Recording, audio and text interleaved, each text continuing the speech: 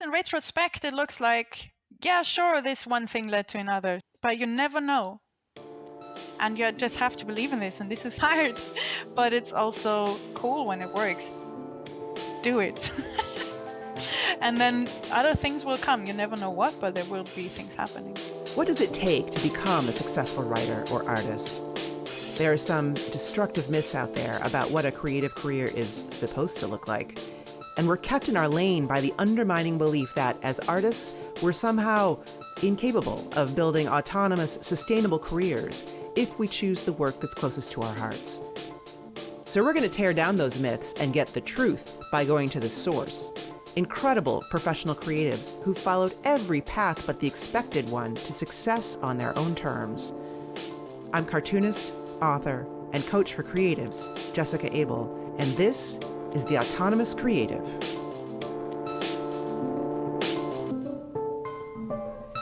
My guest today is cartoonist and graphic recorder Lisa Frühbeis. I wanted to have Lisa on the show today because I've had a backstage view on a truly incredible series of successes over the last 18 months, and while her accomplishments have been amazing to watch from the outside, anyone who looks can see that part. What I wanted to share with you is how she's made all this happen behind the scenes.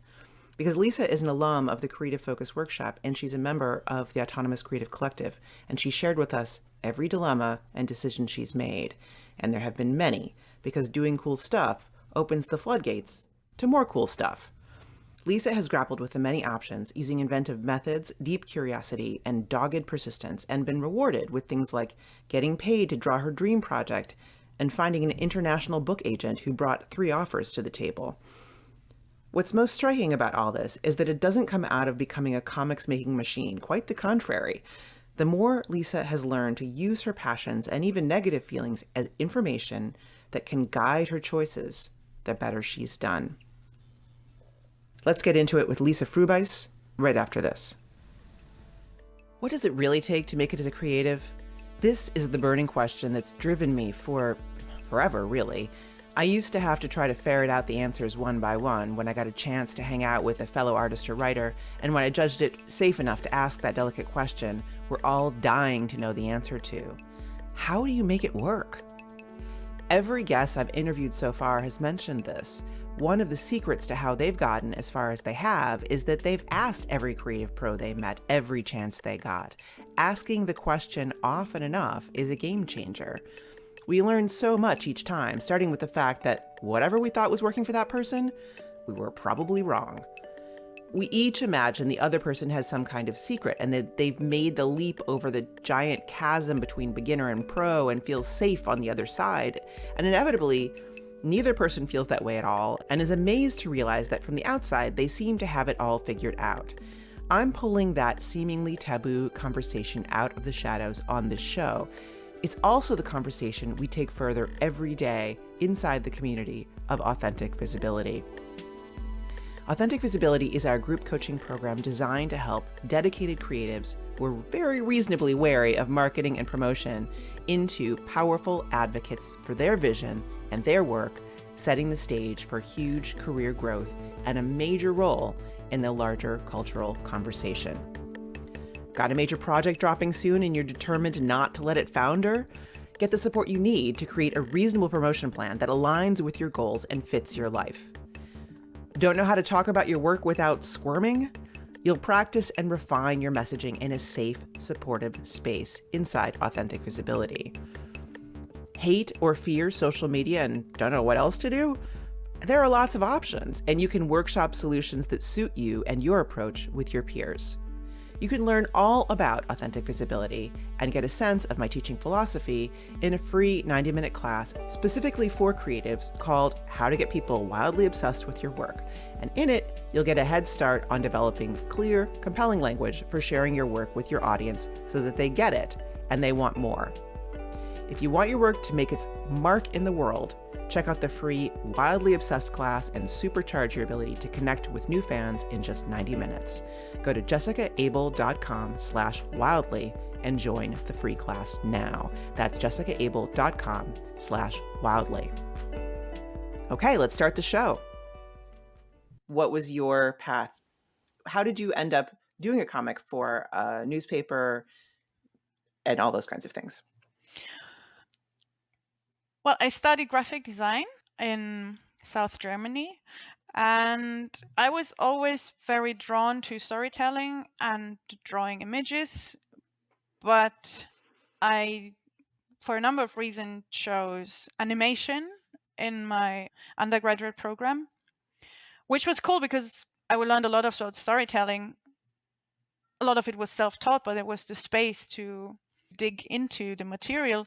But I just wasn't a very good animator. I was way too impatient, and I also didn't have the eye for movement studies. So I threw it away completely. But the back then Lisa would just say, screw it all. And I thought I'd go into film school, and I landed on, I don't know how it's called in English, but there's the waiting list place one. Is that the word? Yeah. I got into waiting list place one, but no one gave up their seats. And then I just inscribed myself into the master's program of my university, which was with a philosopher, and I had a lot of freedom out of not knowing what to do else. And it was the best decision ever, because then for 2.5 years I could just look for what I wanted to do, and I came up with a project about sketchbooks, which had been a passion project early on. I remember when I submitted my portfolio to my university, they said the sketchbook was actually the best thing about it. And I just did sketchbooks, drawings, and studies for 2.5 years, which was amazing. And I could just look for my own artistic voice without any pressure. And I wouldn't have done it without the freedom, for sure, or this particular movement. And afterwards, I mustered up the courage to go into illustration, even though I was always very, very scared to do art. I remember people telling me again and again, also when I tried to sign up for art school, for film school, sorry, but also before, to go into the academy, which here is the really artsy thing. So like the art school, the big art academy is what you're talking Yes, about. and we have a high school system that is for a little bit elder people than in the US for practical stuff like graphic design, where you get a diploma. And I always said no. I was scared to do art. My mother is a single mother, and she always reminded me that it's very important, especially as a woman, to be able to make money. And she was in a lot of artistic circles where people were financially struggling. And I also saw those dangers, of course, which are real, right?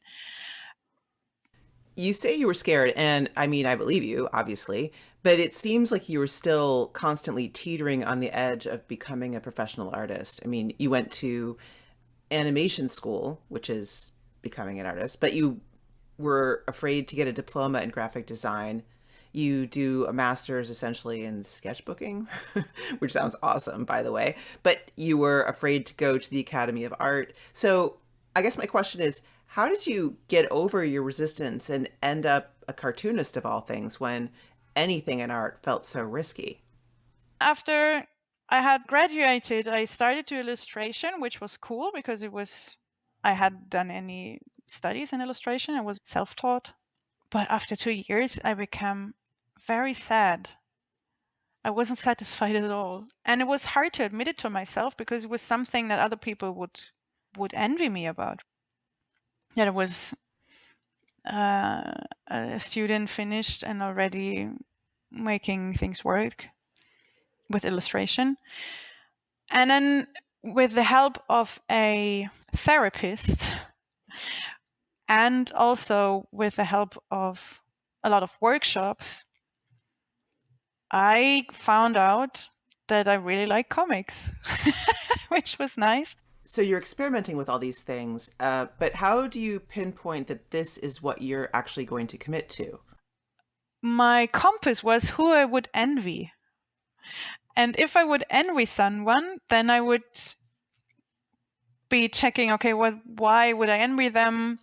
And it would either be because they were working autonomously or because they were doing great art and also because they were storytellers.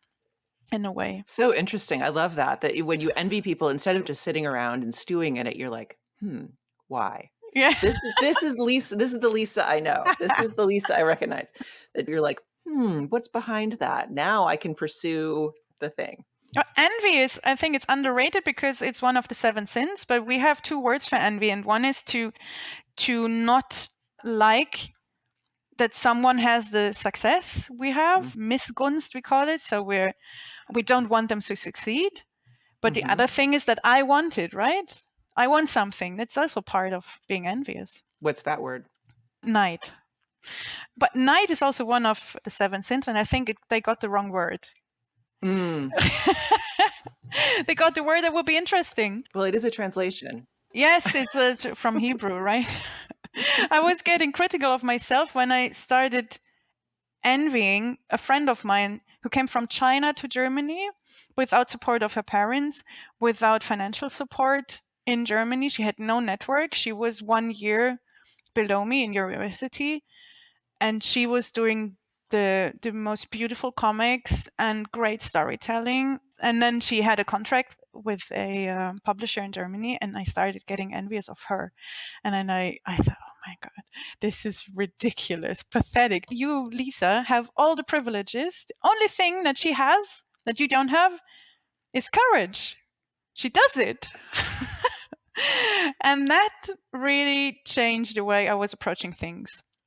And I thought, okay, just try. I was so afraid of failure, but I also was waiting for someone to call me or to help me or whatever. And I thought, okay, I'll just start doing things. And in the comic workshop, everything clicked. I love doing it. I like the people around me. I like the teachers. And one of the teachers actually became a mentor, Barbara Yelin, and also a good friend now, which is so cool. And she encouraged me to get into comics. And I started doing a webcomic, a little autobiographically inspired. Barbara had this comic before me in the newspaper. So when she was super pregnant and she said, okay, I can't do the last episode, she suggested me for one episode to fill in for her. And I sent my portfolio with my whole webcomic saying, take me. And she lay in a good word for me too, which probably helped a lot. But they took me, and it appeared that they had been looking for a female voice, a political voice all the time. So I made it a little more political, and it became, for 2 years, my comic output, which was great because all the other people were well known in the scene, and I didn't have nothing but this little webcomic and one workshop. That was amazing. And I did all the mistakes during publishing in a newspaper, which is scary because when you publish a book, at least in Germany, who reads it? 3,000 people, 5,000? But a newspaper, that's 100,000 people. And still, every month, you just have to do it, whatever is in your life, which is helpful. That was good, but after 2 years, all the newspaper comics were cancelled from the magazine. That was sad. So not only me, but I was the last one to get published, to get into the team, which was sad because I think it's important to have those pre-publishers. And I would have loved to have more diverse people on this board. So then what happened next? How did your canceled newspaper strip become a book? I was writing to the publishers who were interested, saying it's not the total amount I was planning on, but I would be open to drawing some extra episodes for a book. And that worked. That was the book that you were publishing? That was the first. Yeah. At the beginning Last of 2020. May, exactly. And then into COVID, I was drawing 3 weeks. There was lockdown. I was still drawing 3 weeks. And then I sent it to to print. That was the story of the book. So it was ups and downs. And of course, at many points, it looked like it wouldn't work. But having the book out opened so many doors for me. And I think it was really worth it, even though it was, of course, exhausting. many times, but also thrilling at times and empowering and fun, I think. Fun is often underrated, but Agreed. Yeah. Well, and just having a book, going through the process of publishing, it's a very different, you'd been doing it in the newspaper, you understood what all of those things were, and then you doing it in the publishing world as well. And all of those things start to open other doors, which is what produces all of these offers. yes, and was also the thing I would never believe. In the beginning, I always said I can do a webcomic, but it won't lead to anything. I was very, very doubtful of everything people would say. I said, no, it doesn't work. And the main limiting thing is that I said no to it because that made sure it wouldn't happen, right? Yeah, exactly. Yeah, I mean, this thing that I say all the time, other people say all the time, that you have to finish the thing and put it out, even if if it's not perfect, you're not necessarily completely happy with it. You have to do it and publish it if possible as part of the process of getting to the next thing. Yes. That you can't just hang in this one spot. You have to keep moving. And of course, in retrospect, it looks like, yeah, sure, this one thing led to another, but you never know. And you just have to believe in this. And this is hard, but it's also cool when it works. And I think every risk I took, even though before I was so scared, there's other risks I took where I didn't care about the outcome so much. And then it just naturally led to other things.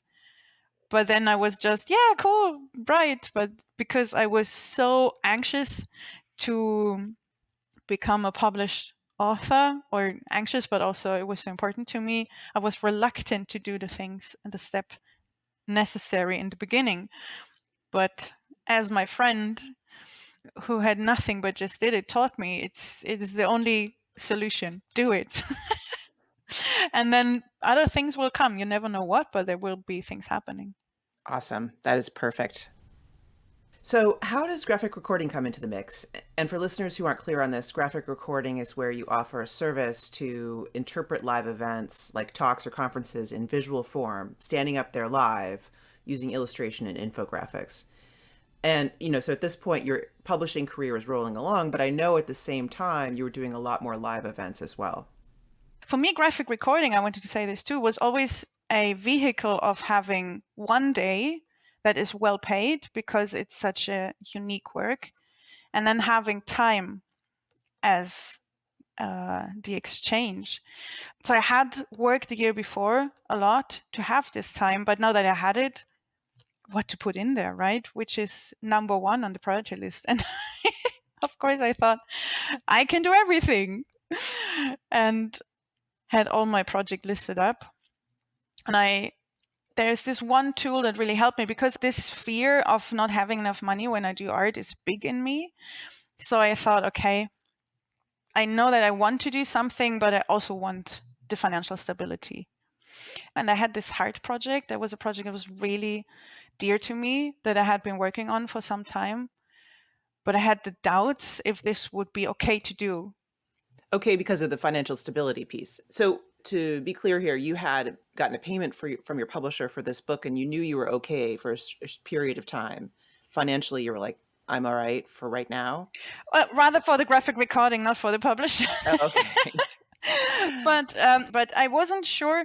Of course, for the money situation, I wouldn't know how long this project would take. I wasn't sure if I could do it, and I think it was the fear of being able to pull it off altogether, and if there would be a complete failure, and then I had wasted half a year and financially disaster, blah blah blah. It was a lot of fears. It wasn't reality, Right, because you hadn't started yet, or you had started in your Mm-hmm. mind or in notes or whatever, but you hadn't actually started to do the thing. And this Exactly. was a graphic novel project that was Yes. going to take you a large chunk of time. Yes. And that feeling of like wasting time on something like this is Mm-hmm. so interesting, right? Because this is, as you've said, this is a project you've been thinking about for years and wanted to do for years. How can it possibly be a waste of time to do it, even if it doesn't financially pay off? And yet there's this sense of like, well, what else could I have been doing? The opportunity cost of like, what else could I have been doing during that time that would have given me, financial stability or moved my career ahead or whatever else.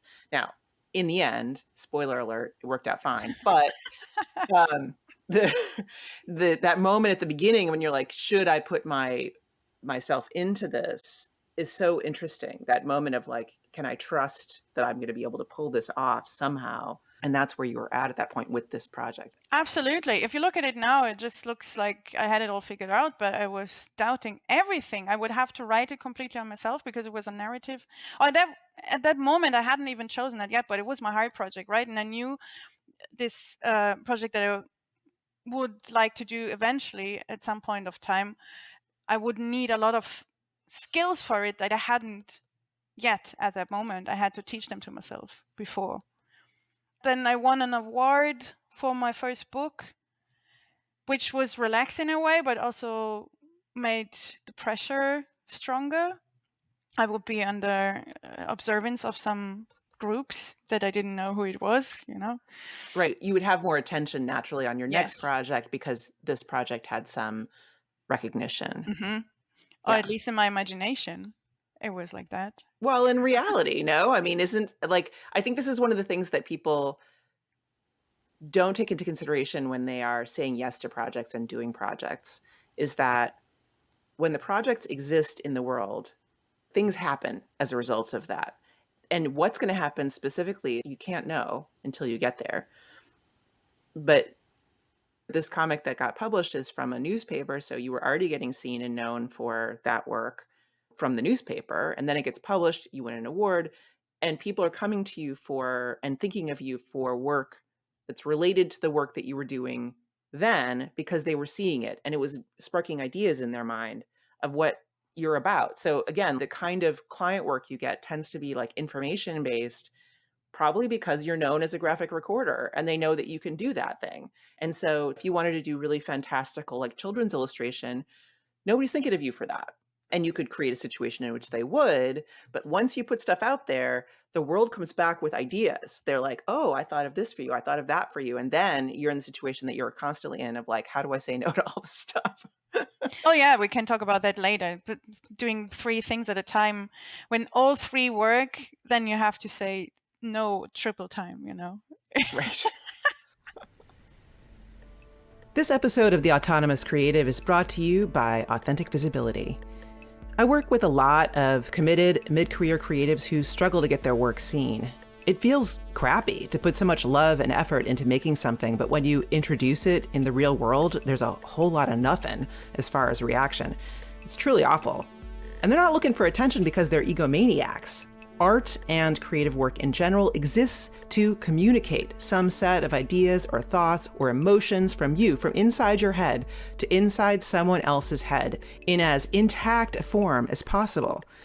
When you release your project and it goes up like a brilliant bunch of balloons disappearing into the clear blue sky with no one around to see or care, never mind to pick their own balloon to take home and treasure, it's demoralizing. But the truth is most creatives in their natural state are frankly pretty terrible at telling anyone why they should care about the work. Why should someone show up to get a pretty balloon? It's not their fault, though. It's how we teach people to create their best work, by digging deep inside ourselves to come up with wonderful, original new ideas. And there is absolutely nothing wrong with that. The problem is, that's where the process typically ends. Creating, not communicating.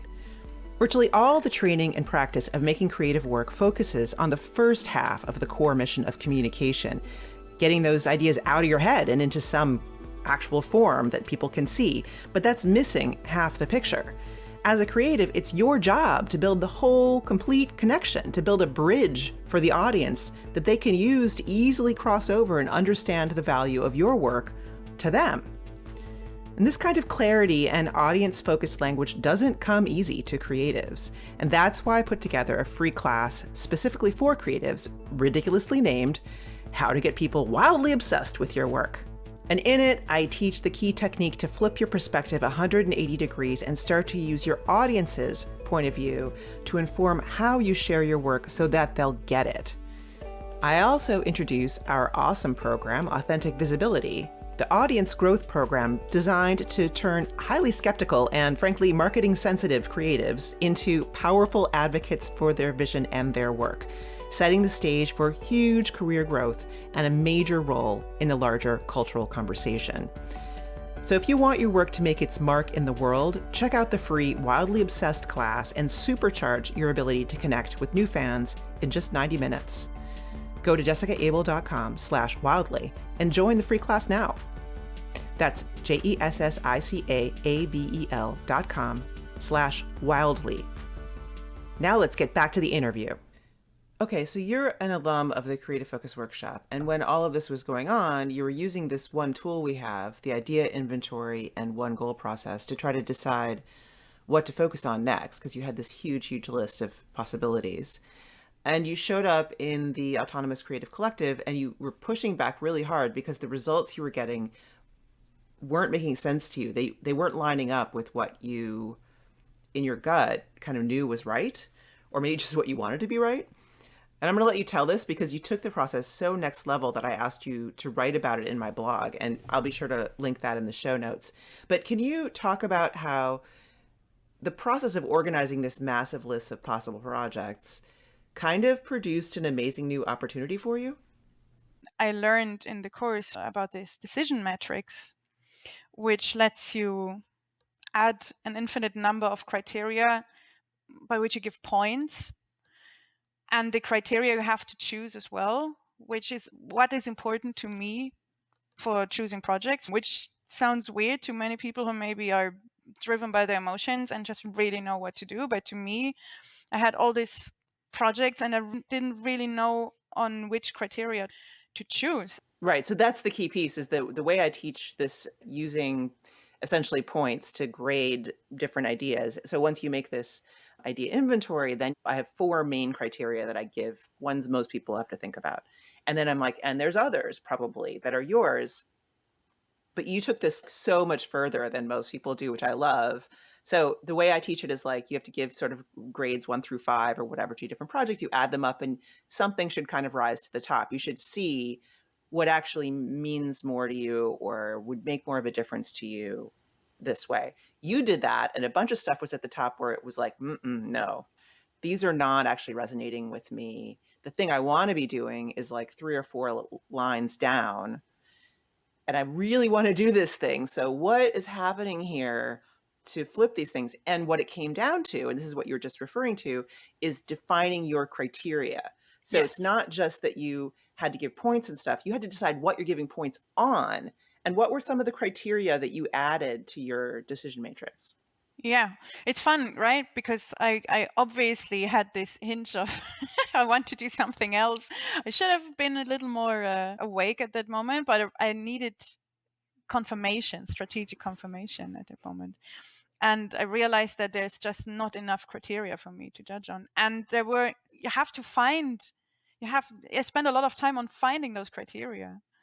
Like what's And important to you? yes, which is super interesting, but it takes some time. And well, the 3 I added that were the most important, I think, was artistic growth and learning, because it's so much fun to me. If I have power myself, so can I decide on my own? Who decides for me? Am I in charge? Autonomy. Yes. Yeah. I was just listening. We're working on producing the Tom Hart episode for the podcast right now that we actually recorded almost a year ago. And that's what he talked about as like his primary criterion for like success in his life is freedom. Is he free to make the work in a idealistic way, in a sense, have control over the work that he's doing? And he talked too, and I think you talk about this a lot too, of the flexibility required. You have to, first of all, believe that this is worth doing. That, as you said, you needed strategic confirmation. You knew what you wanted to do, but you needed strategic confirmation that this was actually the right decision for you. And then you had to take that even further. But then also at the same time, you still have to be thinking about how are you going to support this and all those other kinds of things. So what happened then? Once you had identified that autonomy, your freedom to do what you want to be doing, your passion for the project, your love of the project, learning, growth, like artistic growth, these were criteria that were incredibly important to you and needed to have an equal weight with like, is this going to make money? Yes. And there's also this method of giving criteria more and less weight. Mm-hmm. And I gave money less weight to force myself to look into the other criteria more. And artistic growth, actually, I had learning, right? But then my mentor, Barbara Jelin, who's also a comic artist, I had a long call with her and she said, Lisa, you're doing really cool artistic paintings, and not to use it would be such a shame. So I put in artistic growth and it flipped everything. It flipped the whole table. And then finally I had my passion project on top. Okay, so you get what you want in terms of the list, it's on top, but how does that then translate into actually making it happen? I think I plan in like 2 months, and then I have to do this and that too. And then I did a realistic project planning, but still with all the other projects in. Like on a calendar, like this is actually what happens when, and you realistically laid it out and said, here's what I have Yeah. to do here, here's what I have to do here, and what happened. Yes. I knew that even if I would be doing 1 or 2 pages a day, if I count in 80 or 60 pages, it would take me 3 or 4 months. And I put everything into the calendar. It was really simple. It was just 1 month, 1 project, and I could add only the projects, right? And it was ridiculously crammed. It was so good. I did that because in my head I was telling myself, yes, it will work. You can cheat yourself. It's amazing. But when I looked at it, I realized, oof, it's going to be impossible. And I probably won't have anything finished at all. And then Mm-hmm. I had to start kicking things out and saying no.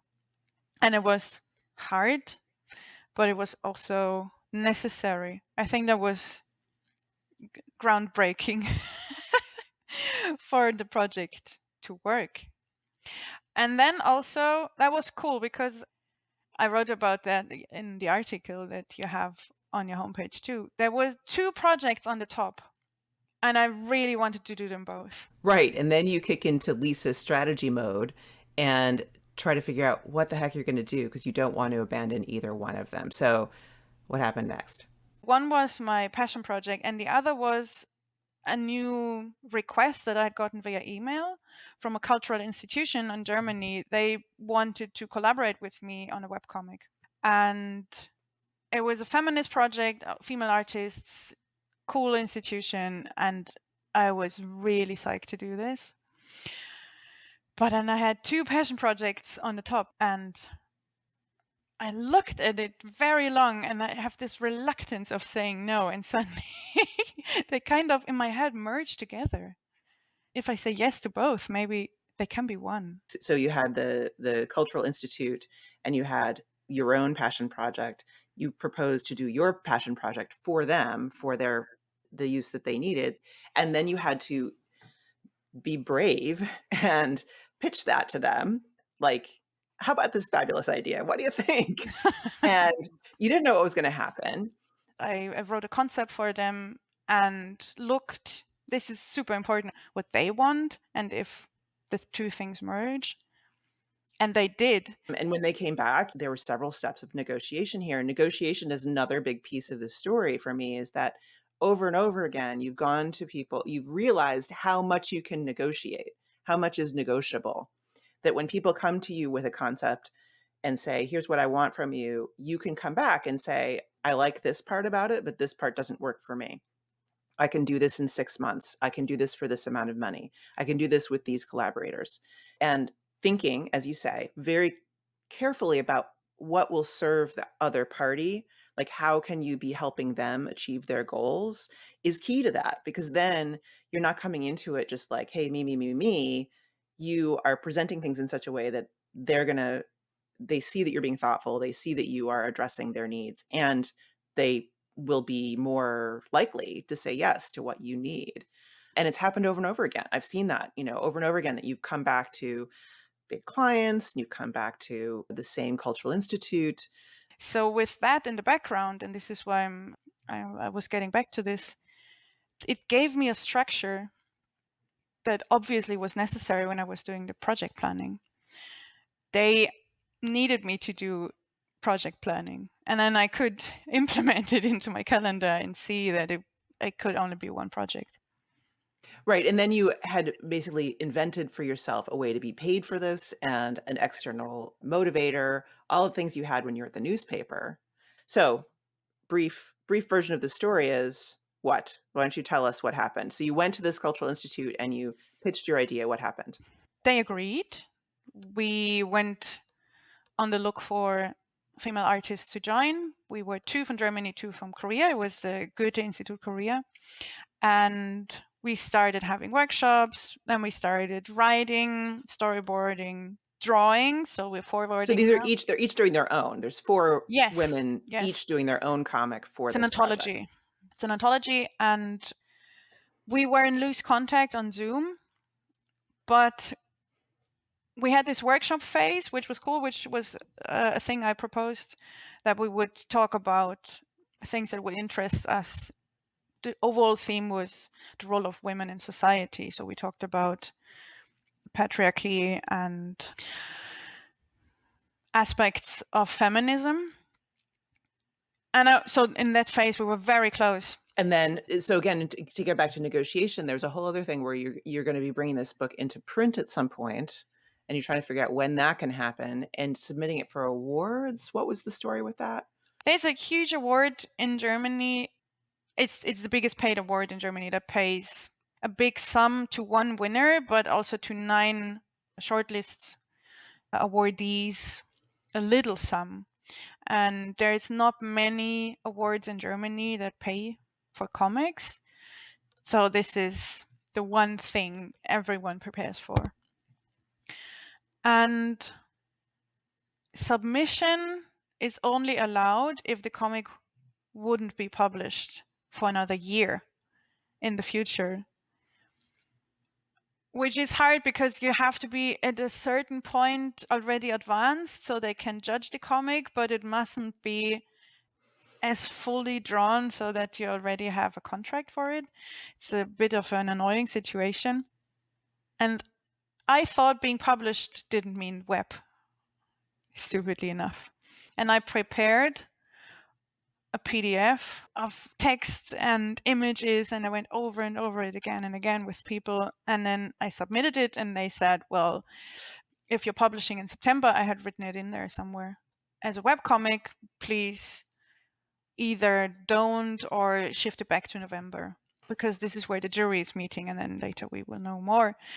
And I wrote an email to the Goethe Institute and said, is this possible? And there were some misunderstandings. So at some point, I just called the award committee and said, I have to publish in September, but hey, I wrote this in German. It's translated to English. Maybe this won't count. And they said, yes. Which was, to me, super cool. And I wouldn't have thought about it. That I didn't accept the no and just tried for looking for more and more solutions. This time actually helped. And I think negotiation is exactly this, to know what you want and then to present what you want, but also ask what the other side wants and see if it merges. Yeah, well, also in this case, it's about not giving up, because you could have given Yes. up at any number of the stops along the way. You could have stopped and gone like, oh, well, I guess that was wasted time. But you kept coming back and saying like, well, what about this? Well, what about this? Can we find another way to work this out?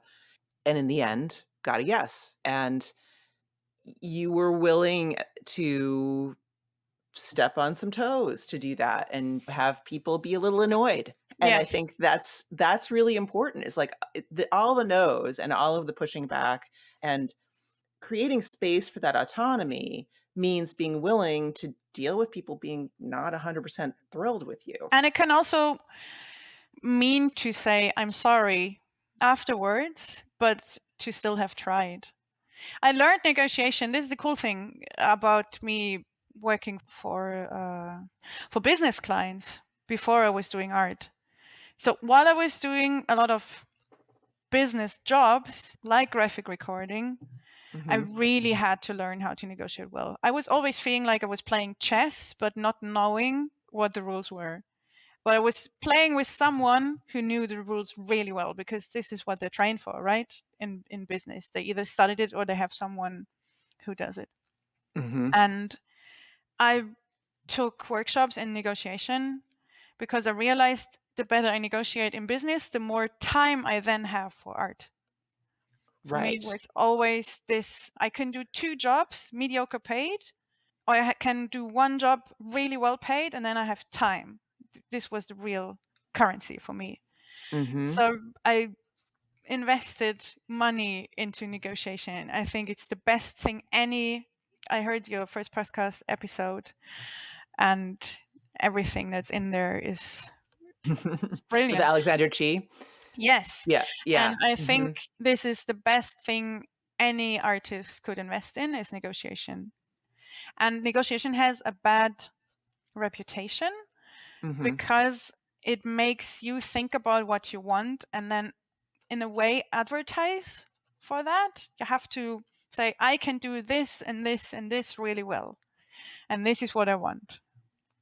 And I'm worth it. And a lot of times artists are scared to either think about it, what they can do well, or say it. To say I can do this well is often considered as to be a show off. And to be a show off artist is something nobody likes to do. But it doesn't have to be a show off. You can just be sure of the things you can do. I think there's a difference. Of course, there's a difference, but it's that feeling that we're not allowed to talk about that or to be sure of that, and it sort of looks wrong. It's also a thing that women are socialized not to do, is to stand in your power in that way. That's what negotiation requires, is you stand in your power and that you present yourself as an individual human being, just one person who does their own stuff in their own studio, stand on equal terms with a corporation or with the Goethe Institute, which is like this huge, world spanning cultural institute. Stand there and look them in the eyes and say, you want something, I want something, let's talk. That is very gonadsy, shall I say. It's a thing you have to, really kind of boost yourself up to do, because it takes confidence in the moment. It doesn't have to be all-time confidence. You have to be able to do it in the moment. And a lot of times when I've done negotiation, it's like there's this kind of adrenaline pre-game, Yes. where I'm like, okay, I'm going to say this. And then I say the thing. And once I've said it and it's out, there's no taking it back. And then I can go. Then I can make the thing happen. But it's like I plan out specifically what I'm going to say and what I want to ask for. And what you're talking about here goes back to this decision matrix about your projects, knowing what's important to you, Yes. knowing what you want. You have to know. Absolutely. It's connected. A good negotiation requires good preparation. It doesn't mean that you have to be always a confident person, but with preparation, you make yourself know what you want and make yourself confident in the requirements you state, right? And just knowing that the partner normally also wants something from you helps, because you're the person doing a service or a piece of art in the end. Yeah. So of course it's equal. Right. I was listening to another podcast over the weekend, and the person was talking about some similar things in terms of creating boundaries around her work and working with clients and how she was going to, maintain those boundaries and things. And the interviewer was saying, the thing is, what you do, nobody does what you do.